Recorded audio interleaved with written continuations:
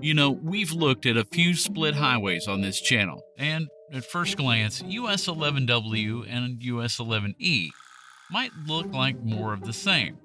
Between Knoxville, Tennessee, and Bristol, Virginia, the land naturally creates two separate travel corridors. Not strictly north to south, but those long diagonal paths you see all through this part of Appalachia. Also, easy to see is the fact that it's not just a path with a backup, it's two genuinely necessary paths that have been used for generations, harkening all the way back to the Dixie Highway era. And these weren't gimmick splits, they were routes communities depended on long before the US highway system existed. But here's where this one changes direction. Unlike our last split highway story, this divide didn't survive because of mountains or ridges or engineering challenges. It survived because of people and a political fight almost nobody talks about today. And it's one of the biggest reasons we want to tell that story as well. The other reason? The overwhelming comments requesting 11W and 11E. And as we like to say with highway logic, every road has a reason, and we're going to discover what it was as we go beyond the exit.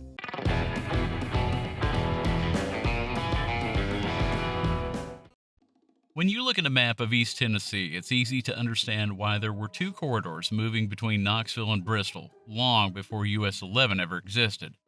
The land doesn't force a single bottleneck the way that the Cumberland Gap does. Instead, you've got two long diagonal valleys, one to the west and one to the east, each already carrying roads, trade, and traffic, generations before the U.S. highway system ever showed up. The western corridor, today's 11W, was the busier of the two for decades. It linked major towns like Rogersville and Kingsport, and the expanding industrial belt that grew with the railroads. This was the freight-heavy side. Mills, factories, depots, and a growing commercial base that made it a natural choice when highway planners were laying out the main north-south line. The eastern corridor, the one that eventually became 11E, was different. It passed through Morristown and Greenville, as well as a string of agricultural towns with deep roots, historic communities, and a strong sense of identity. Now, it wasn't as big economically as the western corridor, but it wasn't an afterthought either. People lived here, worked here, and raised families here. And, most importantly, they had already invested their own local dollars and labor into improving those early roads. You see, there was a time where government just didn't get involved that much, especially the federal government, with building highways. That is, until everyone started buying the automobile. Then they needed somewhere to drive it. Early highway associations like the Dixie Highway were much like a combination of a club and Hollywood agent when it came down to it. They advertised the road and where it would go, and brought tourists and travelers along it. They provided road standards, but building that road, paying for that road, was all the responsibility of local and state governments. Much of that labor was voluntary, people working hard to give their community an advantage. And the time we're taking to explain this is not lost. You see, 11W and 11E were originally parts of the Dixie Highway. They both fought to have that section of road, lobbied for it, and then in many instances built it themselves, or at least spent local money on it. And all that effort meant that both sides assumed that their roads were equally important. The new planners of the numbered highway route system didn't agree. A plan backfires.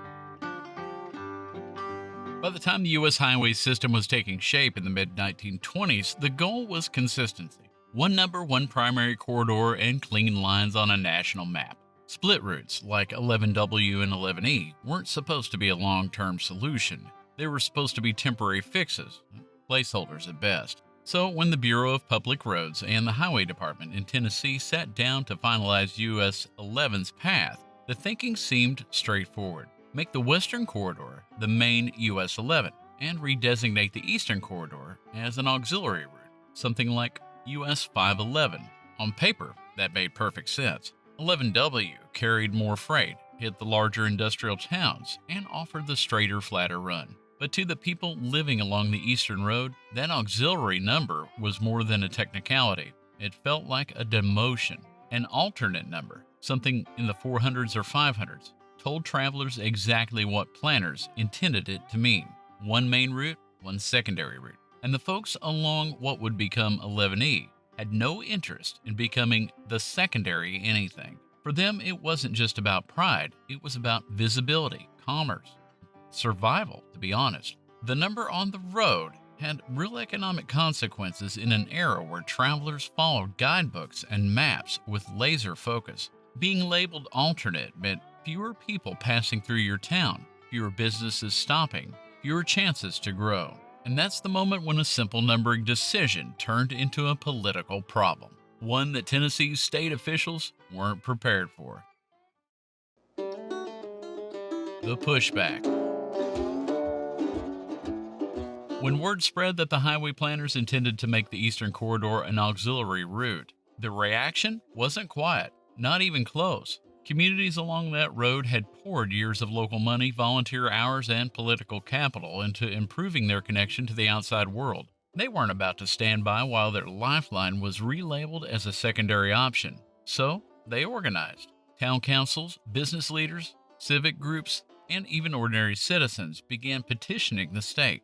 Letters arrived. Delegations traveled to Nashville. By all accounts, this wasn't a mild objection. It became a steady drumbeat, and the state officials couldn't tune it out. With this, one main name keeps appearing on the historical record. At that time, Governor Austin Peay, who was already dealing with a surge of road building demands across Tennessee, reportedly grew tired of the constant appeals from the Eastern Corridor. In one account, the pressure became so persistent that he described being plagued by people demanding that the road keep its US-11 identity. And it was a good thing that they did. In a pre-interstate world, highway numbering directly affected many things: traffic, commerce, mail routes, freight decisions, and where travelers spent their dollars. A downgrade meant fewer visitors, less investment, and a diminished profile on every national map printed afterwards. So the people along the Eastern Corridor did what communities often do when something essential is at stake. They fought back and won. And it wasn't like they marched on Nashville or there were big headlines. It was determined, organized political pressure, and it worked. The state backed off the auxiliary number plan, and instead of one main route and one side route, Tennessee kept both corridors under the US-11 banner. That's how the twin designations, 11W and 11E, became official. And once that decision was made, it became difficult to undo. Removing one branch would have reopened the same political fight, too, and there was no appetite for that. So the split stayed, not because geography required it and not because planners favored it, but because both corridors served real communities, and one of those communities refused to let its identity and traffic flow be diminished. By the time the interstate era began reshaping America's road network, 11W and 11E were already firmly rooted in the region's transportation landscape. They weren't just relics of early highway planning, but they're a quiet reminder of how representative government can actually work when people refuse to be ignored. In an era where most highway decisions were made in an office building or in committee rooms, this one was shaped in county courthouses, storefronts, farmhouses, and civic halls by people who believed their road mattered enough to defend it. And like we always say, every road has a reason, and with 11W, and specifically 11E, I think we found it.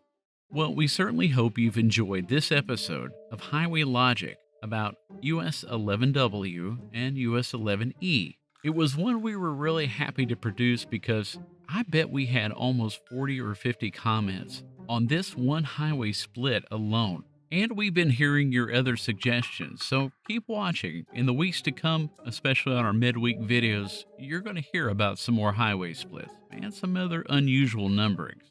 If you liked the video, if you wouldn't mind hitting that like button, that really helps it go further on YouTube. That and sharing it with a friend that might enjoy it too.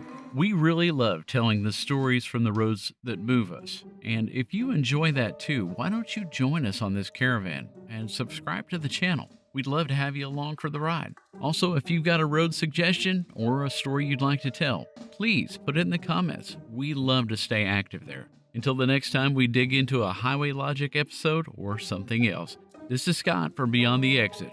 We're really happy that you're here. Thank you for watching, and God bless.